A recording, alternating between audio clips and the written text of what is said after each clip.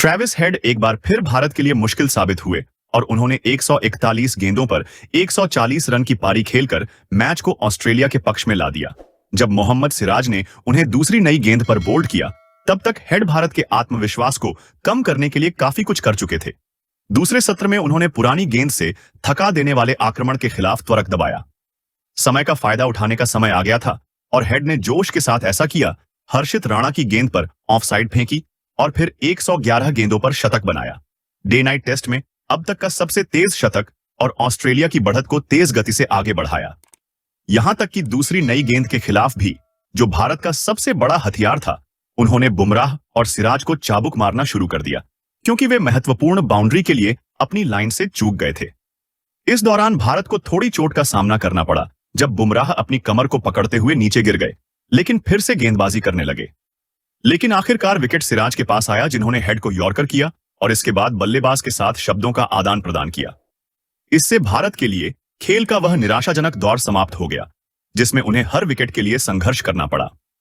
Are Ashwin, जो उस समय उनके सर्वश्रेष्ठ गेंदबाज थे, हेड द्वारा 2 छक्के खाने के बावजूद उन्होंने मिशेल मार्श को विकेट के पीछे कैच कराया, लेकिन हेड ने एलेक्स कैरी 15 के साथ मिलकर टीम को संभाला और 80 गेंदों पर 74 रन जोड़े, लेकिन बाद में वह विकेट के पीछे कैच आउट हो गए। चायकाल तक पैट कमिंस को बुमराह ने बोल्ड करके बढ़त 150 रन के पार पहुंचा दी।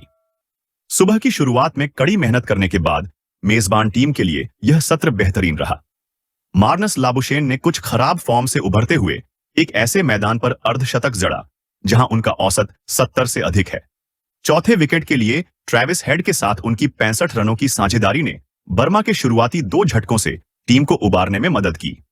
भारत के सुबह के सत्र में तब उछाल आया जब बुमराह ने नाथन मैक्सवेनी को पीछे से कैच आउट कराया और उसके तुरंत बाद स्टीवन स्मिथ को भी लेग साइड में कैच आउट कराया, जिससे ऑस्ट्रेलिया 103 पर 3 विकेट पर संकट में आ गया।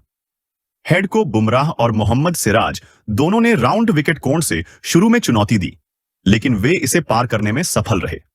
लैबुशेन के साथ मिलकर उन्होंने उस स्पेल को भुनाया और बाद में इसका फायदा उठाया। हर्षित राणा के एक ओवर में 4 चौके मारे गए, जिससे ऑस्ट्रेलिया ने शुरुआती खतरे को पार करते हुए बढ़त हासिल कर ली। लेकिन खेल के दौरान लैबुशेन ने नीतीश रेड्डी की गेंद पर गली में यशस्वी जायसवाल को कैच थमा दिया, लेकिन 68 रन पर उनके आउट होने से ऑस्ट्रेलिया को कोई खास नुकसान नहीं हुआ और हेड ने भारत के खिलाफ अपना 5वां और सीरीज में लगातार दूसरा टेस्ट अर्धशतक पूरा किया। इससे यह भी सुनिश्चित हुआ कि ऑस्ट्रेलिया पहले सत्र में बढ़त बनाए। भारत ने मिशेल मार्श के खिलाफ एलबीडब्ल्यू का करीबी फैसला रिव्यू पर खारिज कर दिया था, जिसमें तीसरे अंपायर ने विवादास्पद रूप से यह माना था कि इस बात का कोई निर्णायक सबूत नहीं था कि अश्विन की गेंद पैड पर लगी थी या पहले बल्ले पर। ब्रॉडकास्टर द्वारा दिखाए गए अधिक रिप्ले से संकेत मिलता था कि गेंद पहले पैड पर लगी थी, लेकिन भारत ने रिव्यू खो दिया, जिससे सुबह का निराशाजनक सत्र समाप्त हो गया, जो अगले सत्र में और भी बढ़ गया।